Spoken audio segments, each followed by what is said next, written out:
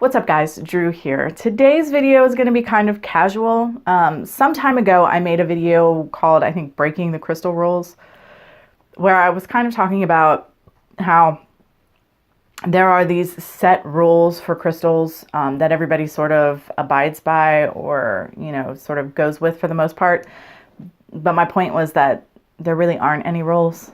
At any rate, in the video I kind of showed my collection a bit. You know, I went through it very quickly, and I said that I would talk about individual specimen stories I had, whatever, just chat about crystals, not in my sort of educational format, if anyone was into that. And I've actually had a few responses, and I could talk about crystals all day long.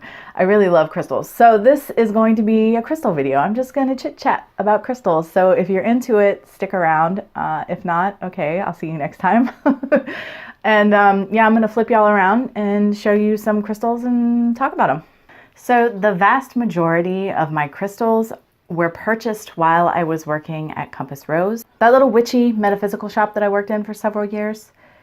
It was a very crystal heavy shop, and I learned a lot about crystals and was exposed to a lot of different crystals. Purchased many of my crystals either in that shop or at gem and mineral shows when we went shopping for the shop. So after I talk about a few of these stones that I got at the Gem and Mineral Show, it will become clear that if you have an opportunity to go to a Gem and Mineral Show, you absolutely should go. Know this in advance though. There will be people who are charging a ridiculous amount of money for their crystals, but there will also be people who are charging very reasonable rates. And if you own a business, or know someone that does, you have to have a business license. That would be very helpful because then you can get a wholesale price. Like this, for instance. This is a nice hunk of quartz. It's from Brazil. Of course, it's a candle holder. I got this one year at the Gem and Mineral Show. As soon as I saw it, I mean, they had several, but I don't know, it was something about this one. My hand just went right to it. It's so... it's like a hunk of ice. I just love it. It has a little time link here on its face, one of its personalities. It's just, I adore this piece.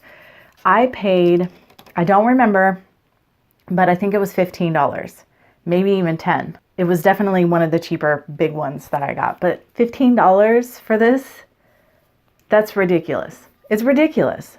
Another crystal that I got a ridiculous price for was this. It is a beautiful amethyst point, and it's a record keeper. It's an inverted record keeper, so it's a trigonic record keeper, which is even more rare than the regular record keepers.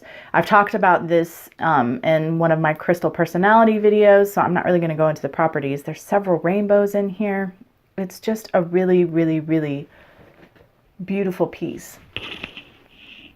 I don't know if I'm going to be able to get you to see there's one of the rainbows, although it looks much better in person. At most I paid $25 for this, but I'm pretty sure I paid $20 for this.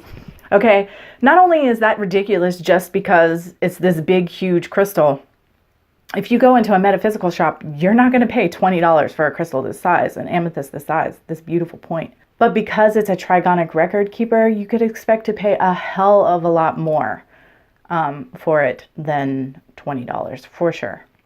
Again, a Gem and Mineral Show find. Used to be our local Pagan Pride was pretty far away from where I live. It was about a 4-hour drive to go there. Now they've moved it, that one disbanded. I don't know, there was drama or something, but they're not having that one anymore. So now we have our Pagan Pride about 45 minutes away from where I live. And it's really small and it's not that great yet, but I'm sure as time goes on, it'll get better and better because the one in Raleigh was pretty good. There are 2 stories from Pagan Pride, though they're from separate years, but at any rate, this is something I found out at Pagan Pride one year. There's a local witchy shop that was set up. So if you can see, this is a rutilated quartz, but it's silver rutil. Normally, rutilated quartz is gold when you find it. This one looks really feathery, but it's a gold rutilated quartz. So when I saw this little guy, I was like, yoink. And I actually didn't pay a whole lot for it. I remember it being feeling like it was a really good deal. So 15 or less maybe. And then at the same time, from the same place, I got this tiny, tiny one that I've put on the end of my wand here. I've got some jet down here, some amber, and then this rutilated quartz. And you can see it's like a brownie, I think you can see my thumbprint right there. It's a brownie red rutile. Again, not gold. So rutile does come in other colors. It's just harder to come by. Just like I have green tourmalated quartz. You know, if you've seen tourmalated quartz, it's quartz with like black tourmaline running through it. I actually own some that have green tourmaline running through them. Like if you're digging through amethyst, you might find a piece of ametrine with the amethyst because someone didn't notice it was ametrine. Or digging through tourmalated quartz, you may find green tourmaline rather than black tourmaline, just mixed in because no one noticed. And I'm sure that there exists pink tourmalated quartz and blue tourmalated quartz and brown tourmalated quartz because all of those types of tourmaline exist, red tourmalated quartz, but it's just probably a lot harder to come by. Let me give y'all something to look at. Okay, so this one is a story from the shop. So if you work with crystals at all, you may have heard of chandlers. This is a triple chandler. It's also known as a Tao crystal or a temple heart crystal. I call it a Tao crystal. So a chandler has, and I have again a video up where I talk about this, but the sides of a face on the crystal, there'll be 7 sides to the face. And directly across from it will be a 3-sided triangle. Well, this one has 3. This is 7 sides. Across from it is a triangle. If you can see that, there you go. And there's 3. So it's a triple chandler. Again, I'm not going to go into the properties. You can see that it's rutilated, gold rutile running through it. You can see that it is a teacher crystal. There's a little figure down here. I don't know if you're going to be able to see it very well. See that? It looks like there's a little person or something in there. There's a rainbow in there. I mean, there's all kinds of stuff going on in here. And all of those things bring properties to the crystal. This crystal, this would happen sometimes. Okay, so I was studying crystals, and I was reading about a Tao crystal, and I was like, yes, right now in my life, I need that. And the thing that I have found to be true, and this isn't just true of crystals, of course, this is true, period. If you're in alignment, you're on your path, your journey, and you're taking steps to do what it is you need to do to grow and to develop, and you're working with whatever it is you work with, your deity, your guides, what have you, and you ask, you will receive. And even if you don't ask sometimes, Spirit will put things in your path that will help you on your journey, whether that help is easy and fun or not. So I decided I needed a Tao crystal, and I'm just like, where am I going to find a triple chandler? Really? Like, you don't just walk up on that every single day. And I was kind of exasperated and irritated about it. And my boss lady I was working at Compass was like, hold on. Let's go look at the shop. I bet we have one. And so we were looking all around, and sure enough, we did have one. And this is it, of course. They call it a temple heart crystal, and I get that because I do, like, this brings this, it's connected to my heart chakra somehow. I don't know how to explain it. The feeling that, this connectedness through the heart to this crystal, I can't even describe. Another story from the shop. You can see that this is a teacher crystal. And again, I have on one of my crystal personality videos, I go into all that. But to me, there's an eagle in here. And one day I was cleaning in mountains. You see there's mountains. And there's a rainbow in there too. Okay. So I was cleaning the shop. I was just bored, running around, cleaning, dusting. And I shifted, it was sitting on a shelf, and I shifted it. And when I did, I saw the eagle, and the golden eagle is my spirit animal. So grabbed it and bought it, and I got a pretty good price for it too. Again, to me, it's an example of Spirit putting things in your path, because with crystals, a lot of times they will come to you when you need them, whether you realize you need them or not. For me, crystals aren't just rocks. You have, the animal kingdom, the plant kingdom, and the mineral kingdom. And they're not that different to me. There's different layers of sophistication, for lack of a better word, between, humans, animals, plants, and minerals. And so it's a different interaction. It's a different experience working with these different layers of spirit in material form. But for me, they live. They grow, they take in nutrients and grow, and they are my allies. They're like family. I don't know how to describe that. I'm weird about crystals for sure. This is a cool one. This is a Tektite. I've talked about it in one of my crystal videos, my crystal temptation type videos, where I teach about crystals. Essentially, it's a piece of space material and earth material mixed together. But I love these. I have a couple of them. Well, the other one that I have is very small compared to this one, but that I can put my thumb right in them. I don't know. I have a thing about Tektites that I can put my thumb into. So this is my favorite Tektite right here. Here is, I don't know. Oh, can you even see that beautiful blue? This is my most beautiful, most favorite aquamarine.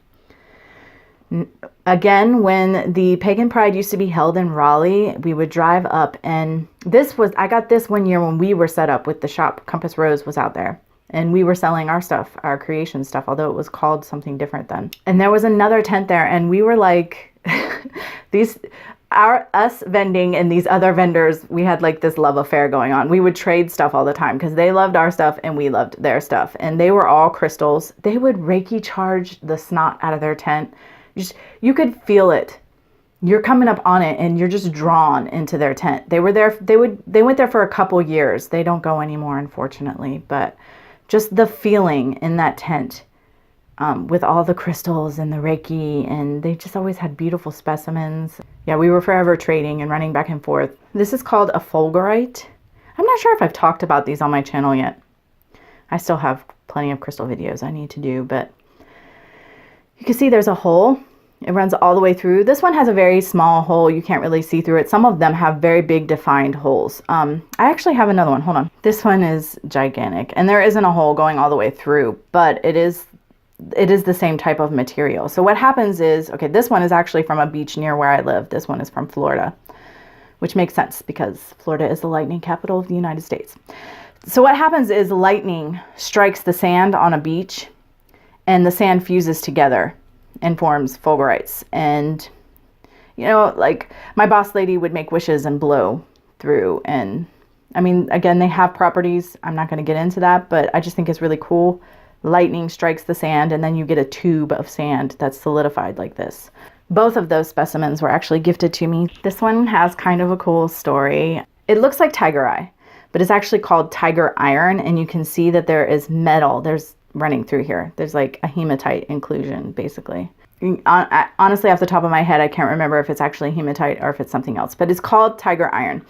And my son bought this for me. And at the time, this was so many years ago, I would not hold tiger iron. Like, I can hold tiger iron in my hand all day long. I'm fine. But at the time I couldn't. If you had a mean older brother like me and you were told to put your tongue on a 9-volt battery, you'll understand the sensation I'm talking about. It would shock me. I would literally, it hurt to hold it. It felt like a shock. A couple years later, I was diagnosed with anemia. I used to be anemic. There's a whole other thing behind that. I'm not anemic anymore. And as soon as I started taking iron pills, I didn't just grab tiger iron and realize I was fine. I have some because my son gave it to me, and, cleaning and whatnot, I realized, oh, I can touch this now. So, yeah, it's weird.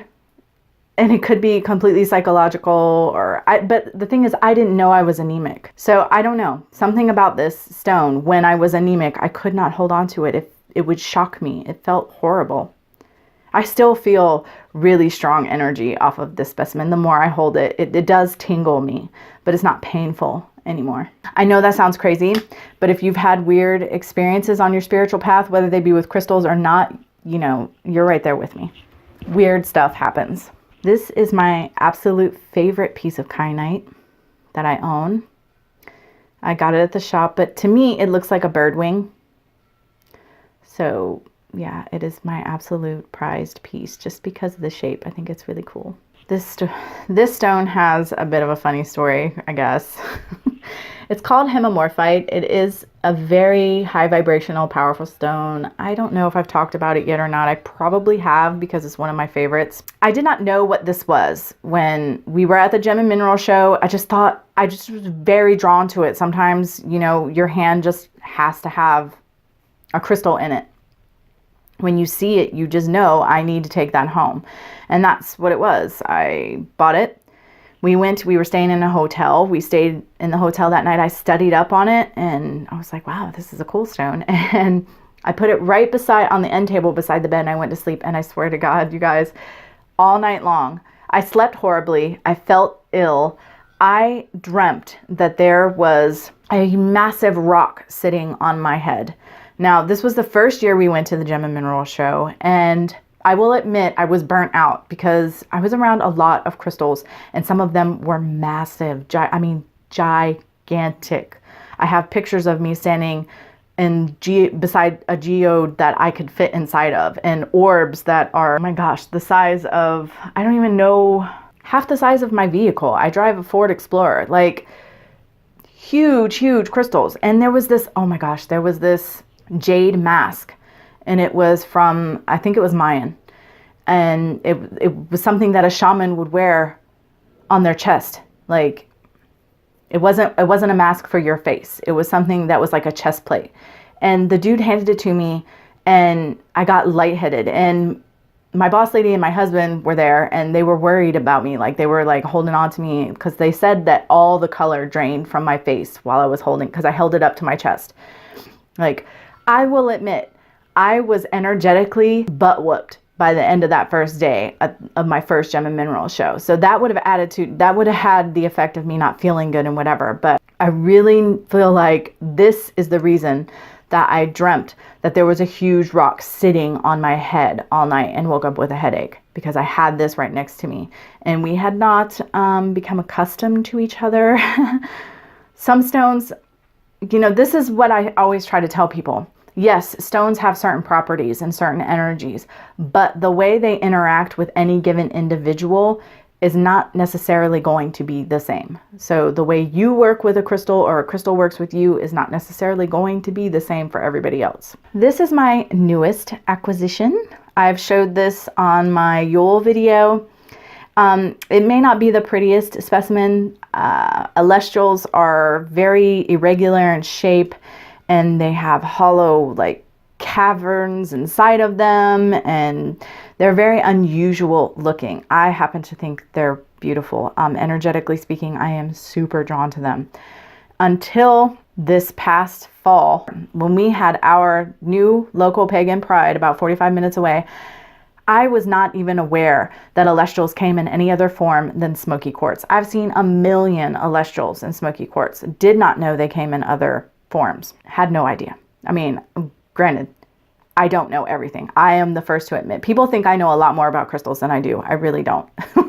There is so much to know. You could never know it all. And I'm constantly having to reference because I can't, my memory is not that good. I saw this, I knew immediately it was an celestial, but I could see also that it's an amethyst celestial, and my hand went right to it. I said, how much is this? And she said $10. And I nearly shit myself because even a regular celestial is going to cost more than $10.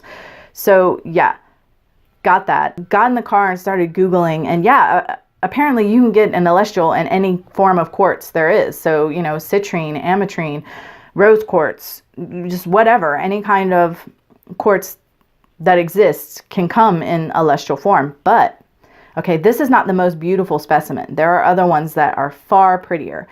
But for a really pretty one, you can pay over $100. I would expect to pay $60, $50, $60 for this in a shop where anybody knew what it was they had.